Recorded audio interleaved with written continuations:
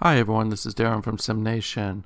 Hopefully everyone's having a great weekend, especially you college football fans. Welcome back to the channel. We are officially 7 weeks into the 2065 SNCFL season, and the landscape is an absolute wide open sprint to the championship game. We've got undefeated juggernauts, video game numbers on offense, some defensive performances that belong in the Hall of Fame. So without further ado, let's dive right into the Week 7 review. Let's kick off things with the current top 25. Right now it's incredibly crowded at the top, and the SEC and Big Ten are dominating that conversation. Coming at number 1 is the Auburn Tigers, led by Invisible Witness. The Tigers are sitting pretty at the top with a perfect 5-0 record and a dominant 156-point differential. Coming at number 2 is UCLA. Out on the West Coast, Stewart has UCLA at 6-0 and has scored an incredible 344 points while only allowing 55. Skelter's got his Louisiana Monroe Warhawks at number 3. The SEC West is looking scary because ULM is on an undefeated 6-0 and putting up massive numbers.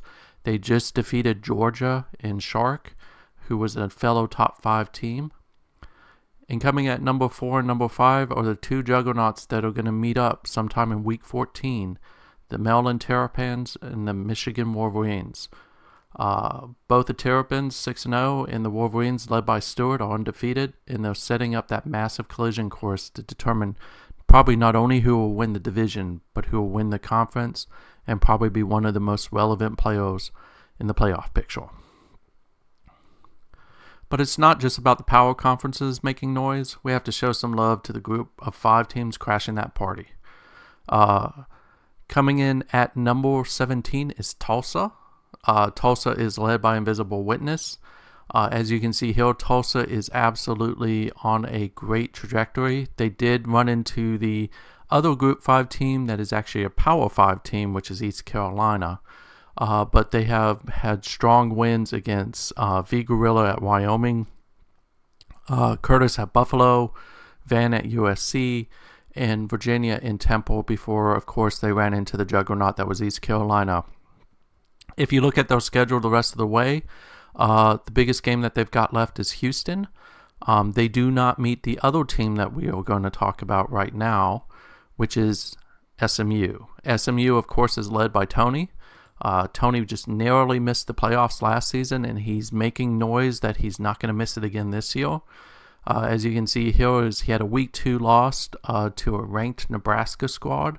Outside of that, he has very ably led his team past Colorado and Louisiana Lafayette, who are traditional powers, and he was able to down Van at Memphis 32-20, and is coming off a 64-3 drubbing. Again, for him, the big week will be Week 12 when he takes on Houston. He does not play Invisible this year, so we could find ourselves in a situation where we have 2 teams that only potentially have no loss or 1 loss in the conference, and ultimately we may be looking at who's ranked higher because those 2 teams simply will not meet.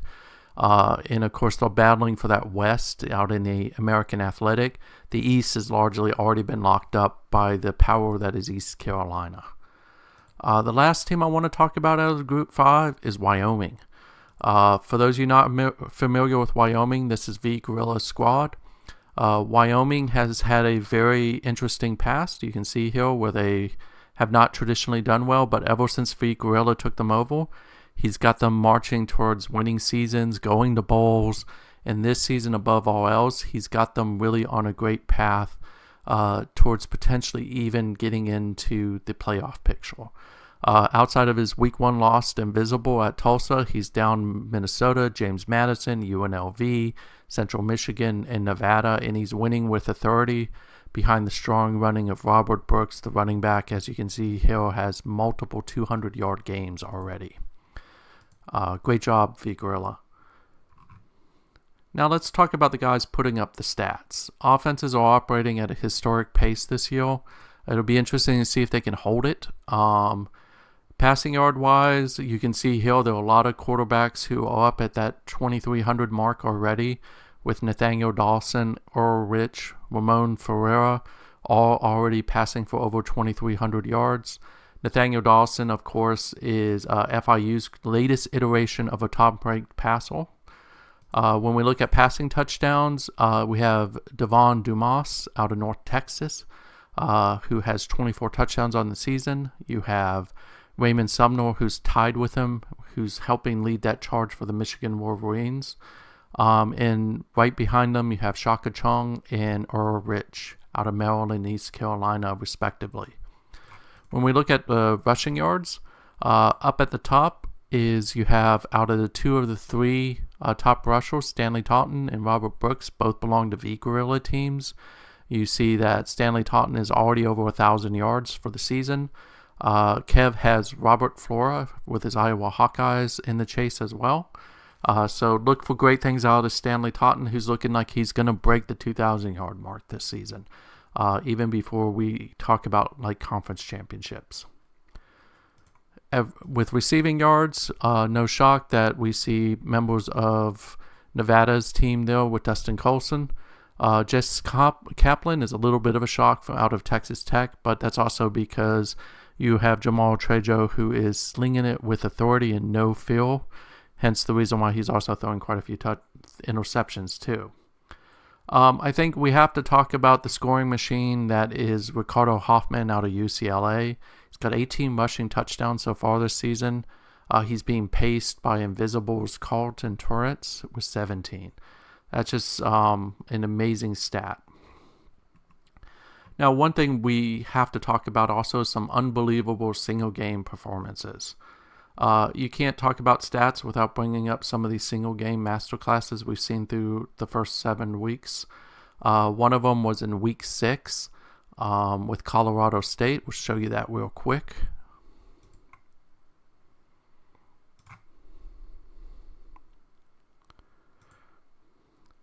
You see here that quarterback David Barris out of the Colorado State threw for an absolutely wild 568 yards on 26 attempts, a 31.6 average with 6 touchdowns, 0 interceptions, 328.9 quarterback rating. You also see here that Holman had a big game too. He was 3 of 4 for 101 yards and upstaged Barris with 33.7, threw a touchdown, and had a 369.6 QB rating. If we talk about the defensive masterclass, we've got to go to Louisiana. We've got to go to Monroe in Louisiana because we have to talk about a certain individual there that has been making quarterbacks' lives absolutely miserable. In this game, you had Howard Pitts from the Warhawks, who sacked the quarterback 7 times in the game. That is absolutely insane. And you can see here that Irish was sacked 18 times for 140 yards lost. That's an earth-shattering. And of course, he did recover a fumble too. He essentially spent more time in the backfield than I think the quarterback did. So definitely Pitts is having a monster season so far. If we look here, what you'll see here is he has 10 sacks on the season, but in that one game he had 7, and he's definitely someone that quarterbacks are going to be afraid of throughout the season. So that's where we stand at Week 7. The question on everybody's mind, can Auburn hold on to its number 1 spot? Right now, I think that answer looks really to be yes. But the key game for them, of course, is going to be in Week 11 when they host Skelter and his number 3 Warhawks. If they can get past that, I think that's going to be a very interesting game. And to kind of call out a performance, because it's been kind of a bad experience throughout the years at Alabama, DWK has turned the Crimson Tide around, and he's got them into the picture as well. And you can see here, they haven't had the greatest of success, but definitely this is a year where they're off to a fast start. And by all accounts, it looks like that the Alabama Crimson Tide are back, especially when they're sitting at number 11. The other thing is, will the Big Ten East cannibalize itself? You have Maryland and Michigan. Are they going to knock each other out of the playoff picture? Definitely drop me your predictions in the comments below. Don't forget that we have this great league here, and we'd love to have you join it. If you're interested, just let me know. I dropped the Discord in the comments, and we'll definitely see you on the gridiron next week. Have a great night. Thanks.